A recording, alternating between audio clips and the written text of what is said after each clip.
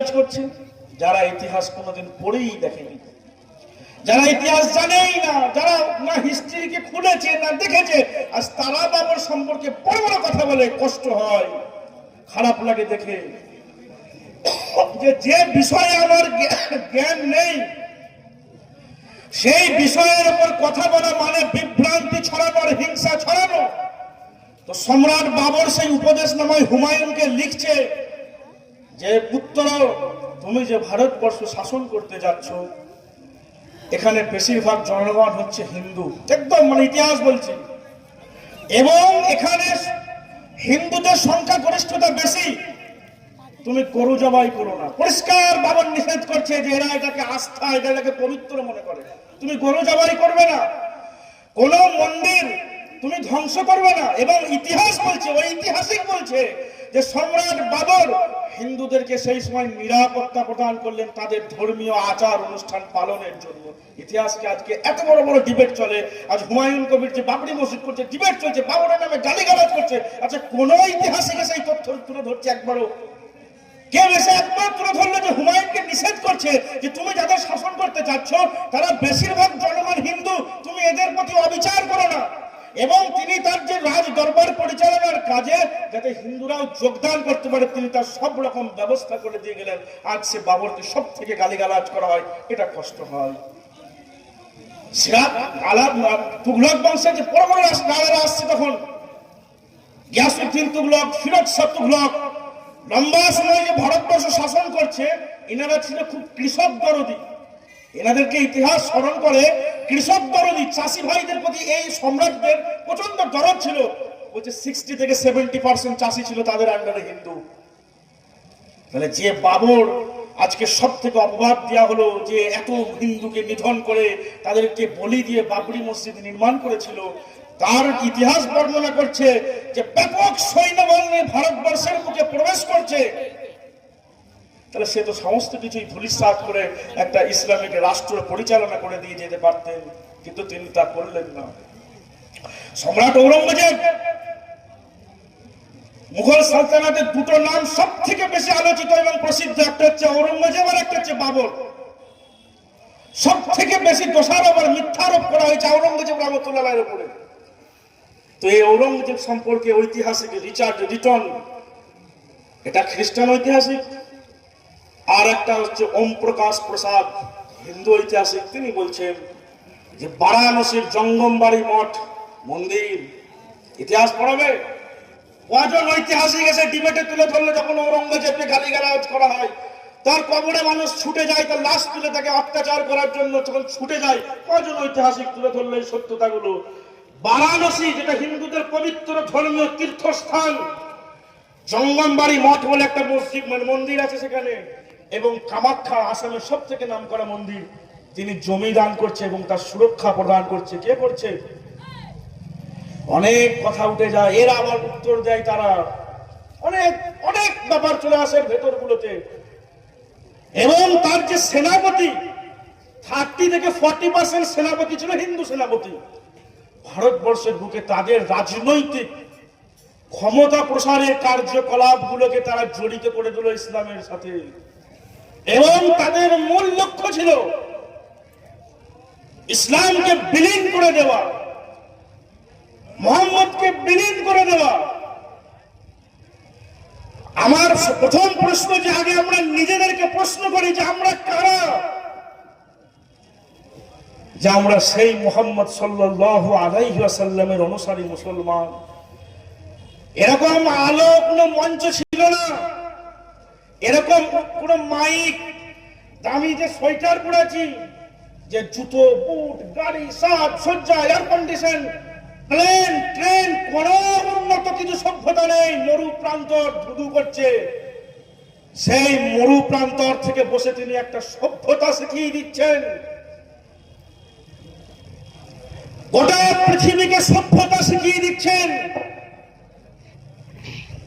His gentle behavior makes even the hardest heart. তার মাধুর্যপূর্ণ ব্যবহার কঠিন হৃদয়কেও গলিয়ে দিত।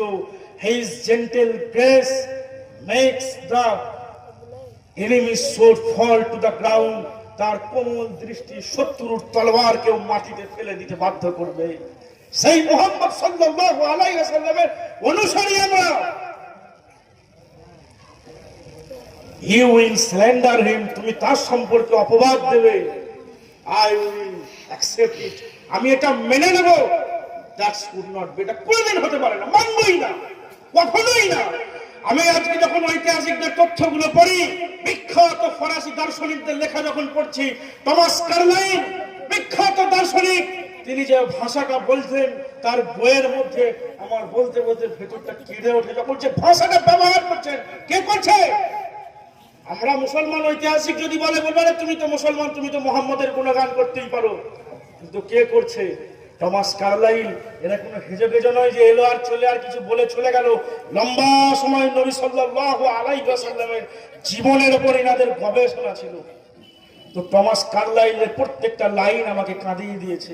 তিনি তার বইয়ের এক জায়গায় গিয়ে বলছেন যে ভাষাটা প্রথমেই ব্যবহার করছেন, যে নিভৃতাচারী মরুচারী, যে ভাষাটা ব্যবহার করছে, যে এই নিভৃতাচারী যিনি একাকী থাকতেন, মরুচারী যিনি মরুভূমিতে থাকতেন, মানুষটার সম্পর্কে মিথ্যাচার করার লজ্জাজনক, যে নবী মুহাম্মদ সাল্লাল্লাহু আলাইহি ওয়াসাল্লামের সম্পর্কে মিথ্যাচার করার লজ্জাজনক। তিনি ছিলেন একজন সত্যের জীবন্ত আধার, যেনার প্রত্যেকটা কথা ছিল আন্তরিক এবং সত্য নির্ভর, যিনি তার জীবদ্দশায় একটা কথাও মিথ্যা বলেননি। সেই মুহাম্মদকে তুমি গালি দেবে আর আমরা মেনে নেব? তুমি দাবি করো তুমি জানো ইতিহাসকে, মেনে নেব যদি তোমার কথা যুক্তিসঙ্গত হয়, কিন্তু তুমি অযৌক্তিক কথা সমাজের বুকে ছড়িয়ে বেড়াবে, নবী মুহাম্মদ সাল্লাল্লাহু আলাইহি ওয়াসাল্লামের নামে তুমি অপবাদ দিয়ে বেড়াবে। মুসলমান হিসেবে যদি আমরা আজকে সহ্য করে নিই, কিয়ামতের ময়দানে আল্লাহর সাথে আমাদের কোনো ওয়াস্তা নেই, জাহান্নাম আমাদের জন্য ওয়াজিব থাকবে। টমাস কার্লাইলের কথা এটা, আলফাজ দ্য মাতরির কথা এটা, ফরাসি দার্শনিক। তিনি বলছেন যে উদ্দেশ্যের মহানুভবতা, পরিকল্পনা এবং তিনটে মাপকাঠি তিনি বর্ণনা করলেন এবং বললেন যদি এই তিনটে জিনিস একটা মানুষের মাপকাঠি হয় তো বলো সমসাময়িক কে আছে যে মুহাম্মদ সাল্লাল্লাহু আলাইহি ওয়াসাল্লামের মতো হবে? আজকে সেই মুহাম্মদ সাল্লাল্লাহু আলাইহি ওয়াসাল্লামের অপবাদ যখন মিডিয়াগুলোতে, যখন টিভি চ্যানেলগুলোতে, যখন ফেসবুক জুড়ে আলোড়ন ওঠে যে ইসলাম জঙ্গিবাদ, ইসলাম তলোয়ার, আমার স্মরণ হয় সেই দিনগুলো। আজকে যখন দাবি করা হয়, আমি প্রথমেই বলছি জিনিসগুলো বিতর্কিত নয়। আমার আহ্বান হিন্দু ভাইদের প্রতি যে ইতিহাসকে জানি, ইতিহাসকে বুঝি, যে কাল আমাকে বলে দেওয়া হবে যে চলো আবেগের বশবর্তী হয়ে ওই মন্দিরটা ভাঙতে যাব। যদি কোনো মুসলমান সেই মন্দিরটা ভাঙতে চলে যায়, কসম খোদার বলছে কিয়ামতের ময়দানে তাকেও আল্লাহকে সামনে জবাবদিহি করতে হবে। এর নাম হচ্ছে ইসলাম। নবী মুহাম্মদ সাল্লাল্লাহু আলাইহি ওয়াসাল্লাম, তাকে অপবাদ দেওয়া হলো তিনি মরুদস্যু। বুকটা ফেটে চৌচির হয়ে যায় যখন অপবাদগুলোকে শুনি। আজকে শুধু তার আদর্শগুলোকে ইতিহাস থেকে তুলে ধরে দিয়ে যায়। যখন মক্কা বিজয় হয়ে গেল, ক্ষমতা তো তার হাতে, তিনি তো চাইলে বদলা নিতে পারতেন। যারা নবী সাল্লাল্লাহু আলাইহি ওয়াসাল্লামের মক্কা এবং মদিনার জীবন জানে, উনি তো জীবনের শেষ দশায় গিয়ে, শেষ অবস্থায় গিয়ে মক্কা বিজয় হচ্ছে।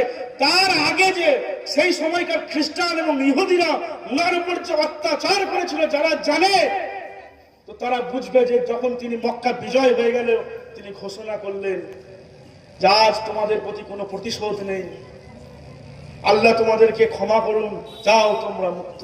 বলো আদর্শ কোথা থেকে নেবে? আজ সেই মোহাম্মদকে বলা হয় তিনি খুনি সন্ত্রাসীদেরকে তিনি জনক।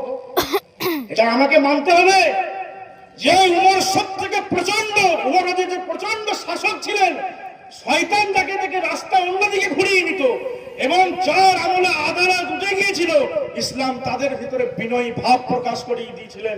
যখন 637 খ্রিস্টাব্দে জেরুজালেম বিজয় করছেন আবু উবাইদা রাদিয়াল্লাহু তাআলা আনহু, সফরিনিয়াস তখন সেখানকার খ্রিস্টান যাজক, তিনি বললেন যদি উমর আসে তবে তার হাতে আমি জেরুজালেমের চাবি দিয়ে দেবো।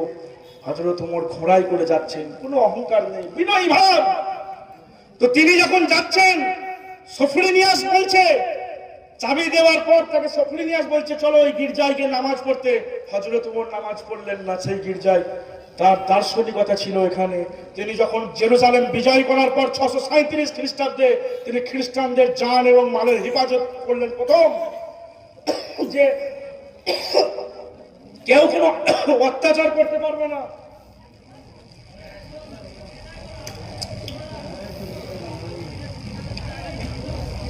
কেউ কোনো অত্যাচার করতে পারবে না। এবং তারপরেই তার দার্শনিকতা এই জায়গাটাই ছিল যে আজ যদি আমি গির্জায় গিয়ে নামাজ পড়ি, কাল হয়তো মুসলমান ওই গির্জাটাকে দখল করে নেবেন। তাহলে তুমি আজকে মুসলমানদেরকে দাবি করো, মুসলমানদের উপর দোষারোপ করো যে এরা মসজিদ ভাঙে, এ মন্দির ভাঙে, এরা সন্ত্রাসী। হযরত ওমরের লম্বা সময় শাসনকাল এবং সুলতান মোহাম্মদ ফতেহ আজকে শুধু ইতিহাসগুলো বলে যায়, কারণ আজকে ভারতবর্ষের বুকে শুধু মুসলমানদের নোংরা বিকৃত মিথ্যা ইতিহাসগুলোকে ছড়িয়ে দেওয়া হয়েছে। আজ আমি তার প্রতিবাদ এখান থেকে শুরু করলাম যে এটা ইতিহাস নয়। সুলতান মোহাম্মদ ফতেহ যারা ইতিহাস উল্টেছে, উসমানীয় খিলাফতের সবথেকে শক্তিধর বাদশা ছিলেন সুলতান মোহাম্মদ ফতেহ, যিনি আবার কনস্টান্টিনোপল বিজয় করলেন।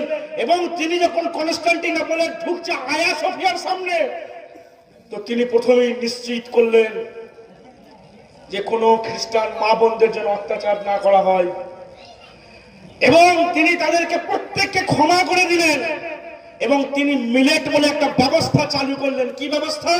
যেখানে খ্রিস্টান, গ্রিক অর্থোডক্স বা তাদের চার্চ অনুযায়ী তারা তাদের ধর্মমত, তাদের বিচার ব্যবস্থা চালাতে পারবে। আজ ভারত সরকার আমাদের মুসলমানদের নিজস্ব ব্যক্তিগত যে আইনগুলো আছে, শরিয়া যে আইন, সেগুলো বিলুপ্ত করতে চায়। প্রশ্ন করো যে সন্ত্রাসী কারা? প্রশ্ন করো যে সন্ত্রাসী কারা? এটা তো গেল সুলতান মোহাম্মদ ফতেহ। ইতিহাস স্মরণ করছে যারা জানে, সালাউদ্দিন আইয়ুবী রহমতুল্লাহ আলাইহি, যিনি 1187 খ্রিস্টাব্দ, আজও যাকে খ্রিস্টানরা স্মরণ করে, খ্রিস্টান ঐতিহাসিকরা, যার ক্ষমা, যে এত সুন্দর মানুষ ক্ষমা করে দিতে পারে। 1187 খ্রিস্টাব্দে যখন তিনি জেরুজালেম, আজকে যে প্যালেস্টাইন ভূখণ্ডে যে জেরুজালেমকে নিয়ে সব থেকে ফিলিস্তিনিদেরকে